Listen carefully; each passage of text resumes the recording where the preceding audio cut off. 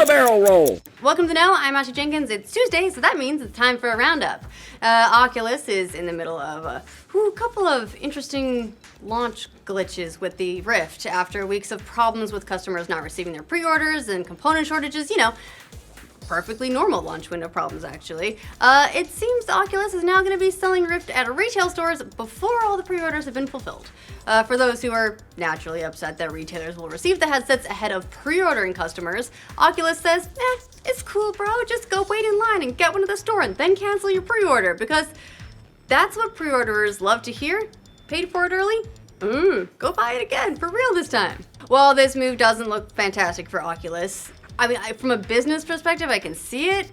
The best way to grow VR as a medium is to put it in front of more customers, so having it in retail stores looks to be in their best interest. But filling your pre-orders first, pleasing the customers that are already handing your money, seems like it should be high on the list too, right?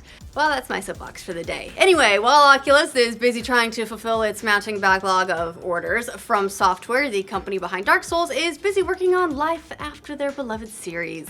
While many have been speculating about what might be next for the studio, one Reddit user found a demo reel of the company's work, which includes mention of the studio's new game. The last slide of the reel doesn't give much away, calling it simply next title. Insightful. But it does list the game as coming out for PlayStation VR, in addition to PlayStation 4, Xbox One, and PC. That's leading a lot of people to run with headlines suggesting that From Software's next game is a VR title, but we're not quite buying it. In all likelihood, what we're really looking at is a multi-platform release, just like Dark Souls, but with a separate VR-enabled version. Makes sense, right? Well, we'll have to find out for ourselves when and if the game finally comes out on its tentative launch date of October 2017, right around the corner. From Software is taking their sweet time on the next project, and we like that in them. Nintendo doing the same thing. Nintendo faithful reacted to the company's March 2017 announcement for the NX last week. Some upset about it slipping to next year, even though they didn't technically announce the release date as anything before that, so it's hard to slip officially, but anyway, according to Nintendo, there is a method to the madness. Speaking in a Q&A session following Nintendo's press briefing, company president Tatsumi Kimishima said of the upcoming system launch, "Our approach is that we should wait until we can provide a fully realized experience rather than rushing to launch in the holiday season, and this approach has not changed." According to Kimishima, the NX will have a full software lineup when it releases. He also added that the company won't be taking a loss on the product like they did for the Wii U. So basically, game's good, money good. Great company outlook, right? Everyone wins. Blizzard may be adopting a new company outlook as well on their legacy servers. After shutting down Nostalrius, one of the largest remaining World of Warcraft vanilla servers, last month, Blizzard is now bringing in the team that ran the server to Blizzard HQ for a meeting. The team made this announcement on the Nostalrius forums, calling themselves ambassadors for a larger movement. For those unaware, vanilla or legacy servers are meant to run original versions of the game before the expansions, the pandas, whatever else got added or nerfed in the intervening years.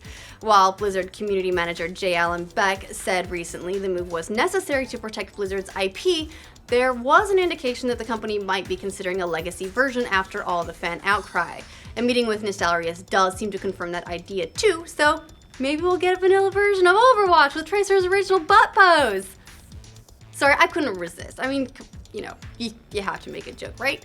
But if Tracer's butt shot can't get you feeling nostalgic, maybe Space Jam 2 will.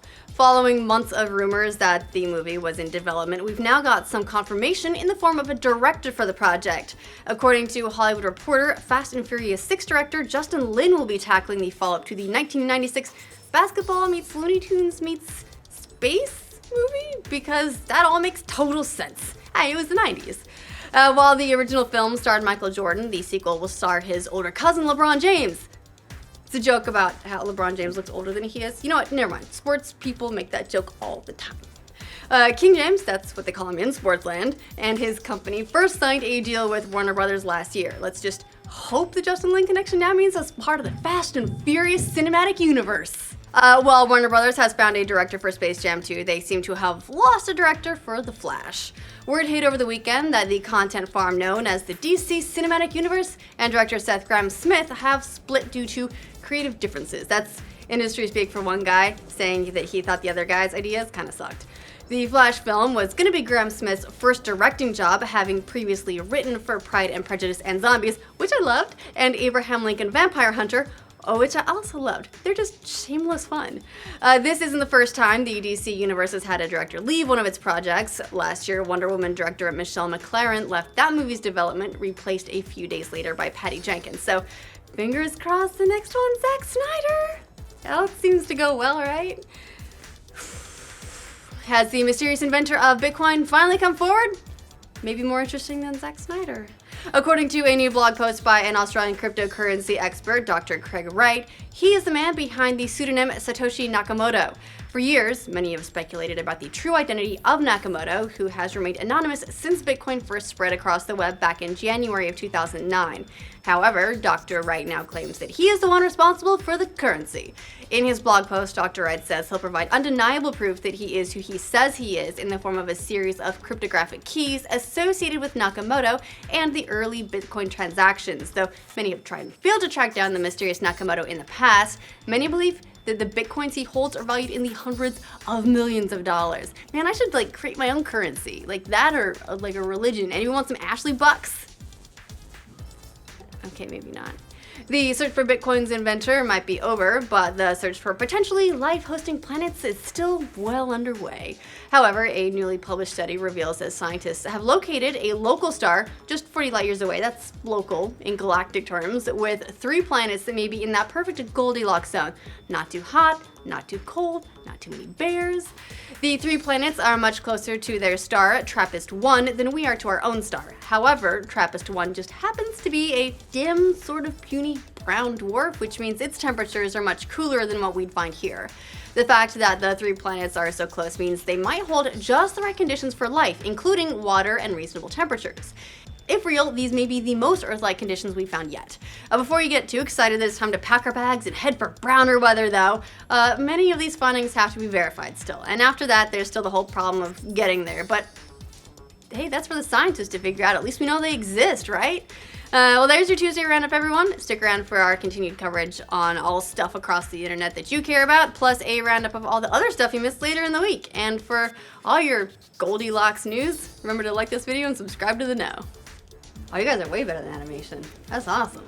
They just walk through here having conversations sometimes. If real, this... I don't know what that was. Let's hit the stop button before we do anything else.